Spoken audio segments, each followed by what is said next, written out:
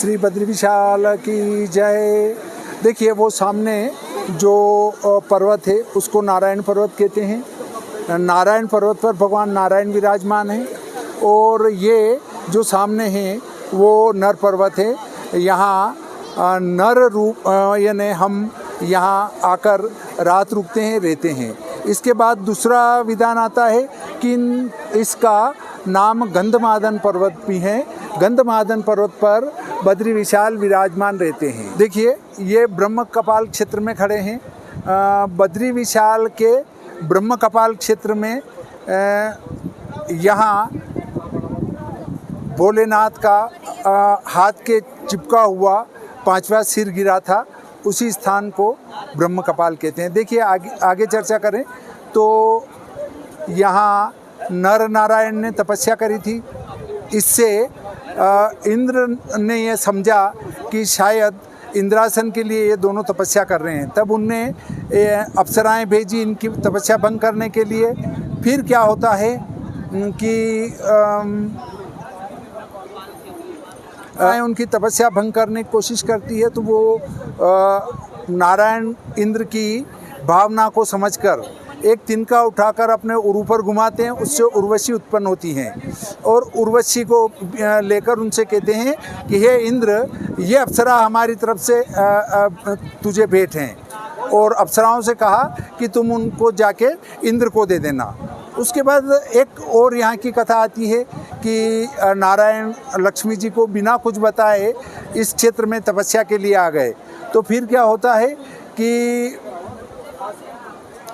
तपस्या करने आए तो लक्ष्मी जी को बिना बताए आने से उनको चिंता हुई। नारद जी उनके पास पहुंचते हैं तो कि माता लक्ष्मी चिंतातुर क्यों हो रही हैं। तो बोले नारायण पता नहीं कहाँ चले गए, तो वो केदार क्षेत्र में चले गए हैं, तुम वहाँ जाओ, वहाँ मिलेंगे। जब माँ भगवती यहाँ आती है तो देखती है कि ये नारायण धूप छाँव वर्षा आदि की परवाह किए बगैर यहाँ जो है इस क्षेत्र में तपस्या कर रहे हैं। तब उनने एक बेर का पेड़ बनकर उनके ऊपर छाया करी। तब से इस क्षेत्र का नाम बद्री क्षेत्र हुआ। दूसरा, चीन में नारायण विराजमान थे, तो जब वहाँ बौद्ध धर्म का प्रचार बढ़ा तो वो मांसाहारी हो गए। मांसाहारी होने से अब नारायण नाराज हो गए और वहाँ से अपने घोड़े के ऊपर बैठकर और सीधे इस क्षेत्र में चले आते हैं तो लामा लोग पीछे लग जाते हैं कि अरे नारायण हमसे नाराज़ हो गए। वो ढूंढने के लिए आते हैं, फिर ले चले नारायण को। परंतु यहाँ एक चंवरी नाम की गाय घास खा रही थी। उनसे कहा कि हे चंवरी गाय, तेरी पूँछ में मुझे स्थान दे। वो उनकी पूँछ में छुप जाते हैं। छुपने के बाद लामा लोग यहाँ ढूंढकर थक कर चले जाते हैं। तब फिर क्या होता है कि वो पूँछ से निकलकर चंवरी गाय को वरदान देते हैं कि आज के बाद तेरी पूँछ का चंवर बनेगा, वही मेरे ऊपर ढुलाया जाएगा। अगली कथा ये होती है कि नारायण इस क्षेत्र में आते हैं तो उनको ये क्षेत्र बहुत पसंद आ जाता है। ये क्षेत्र वस्तुतः भोलेनाथ का था, वो यहाँ रहते थे। वो निकलकर जब बाहर जा रहे हैं गर्म पानी के कुंड में स्नान के लिए, तो वो एक बच्चे का रूप करके उनके मकान के बाहर रोने लग जाते हैं। तो भोलेनाथ निकल लेते हैं। पार्वती माता कहती हैं कि ऐसी ठंड में ये बच्चा यहाँ मर जाएगा। भोलेनाथ ने कहा कि तू इस बच्चे की चिंता मत कर, ये कोई सामान्य बच्चा नहीं है।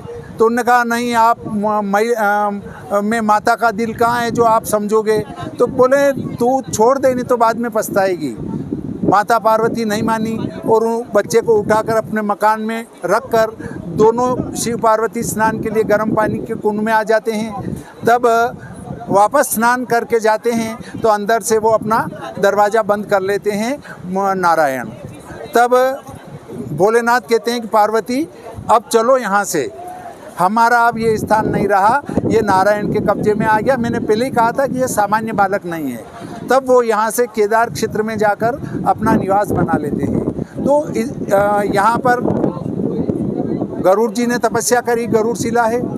नारद जी ने तपस्या करी, नारद शिला है। मार्कंडेय ऋषि ने तपस्या करी, मार्कंडेय शिला है। यहाँ पर वाराह जी ने तपस्या करी, वाराह शिला है। इस प्रकार विभिन्न ऋषि मुनियों ने, देवताओं ने तपस्या करी। इससे इस स्थान का नाम विभिन्न प्रकार का रहा और उनकी शिलाएं भी यहाँ विद्यमान हैं।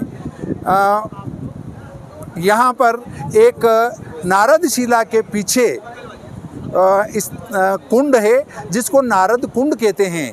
नारद कुंड के अंदर 50 मूर्तियाँ रखी हैं, जो समय समय पर इस मंदिर की जो मूर्ति है वो समाप्त हो जाती है और अंशावतार धारण कर अंशावतार वापस एक नई मूर्ति निकाल कर उसकी स्थापना वापस मंदिर में करते हैं। जब घोर कलयुग आएगा तब मैंने आपको बताया नर और नारायण पर्वत दोनों एक साथ मिल जाएंगे और यहाँ की जो यात्रा है वो बंद हो जाएगी, यात्रा बंद हो जाएगी और फिर यात्रा भविष्य बद्री में होगी, बद्री विशाल की।